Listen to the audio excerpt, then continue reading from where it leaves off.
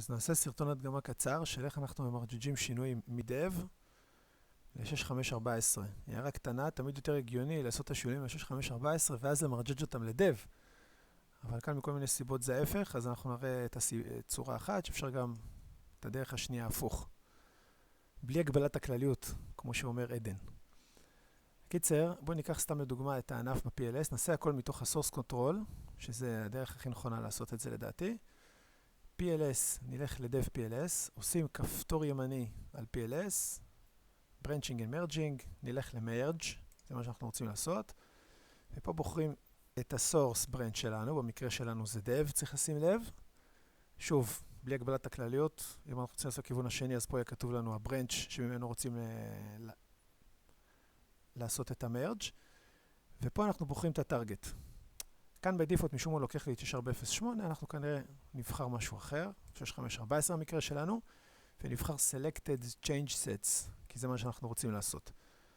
ברגע שעשינו את זה, עכשיו אנחנו קובלים רשימה של כל ה-Change Sets שעשינו, שהם רלוונטיים, אז במקרה שלי אני אבחר איזה משהו שקשור ל-Assignable to, ונעשה עליו Next. צריך לשים לב שעשינו את זה ל-PLS, יכול להיות שגם יש שינויים אחרים ב-PLI, גם להם צריך לעשות Merge. לדעתי אפשר לעשות את שניהם במכה, זה לא בריא גם. ופשוט עכשיו הוא כותב פה כל מיני עזרות, שאם בעצם מה שקורה, עכשיו הקבצים האלה על הברנץ' החדש, הם יהיו ב-checked out, אז צריך ללכת לעשות להם check-in אחר כך. יש מצב שמישהו אחר עשה כבר את ה-check-in שלו, אז יכול להיות שאני צריך לעשות merge. כל זה מה ש-TFS כותב לנו.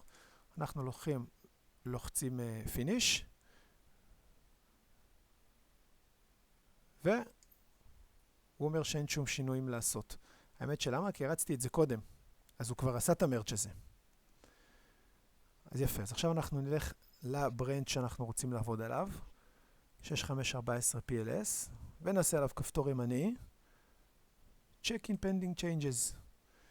והפלא ופלא אנחנו רואים את שני השינויים האלה, שתאמינו לי זה בדיוק שני השינויים שהיו ב-change set שרצינו לעשות לו merge. ואני כותב שאני עושה פה את המרג' שרלוונטי לפיצ'ר הספציפי הזה. אם רוצים להיות צדיקים, אפשר לכתוב גם את ה-change set ב-TFS, את המספר וכו' וכו', ועושים check-in. וחוטפים error. עכשיו צריך לפתוח את ה-error ולהבין מה קרה, אבל ככה זה עובד.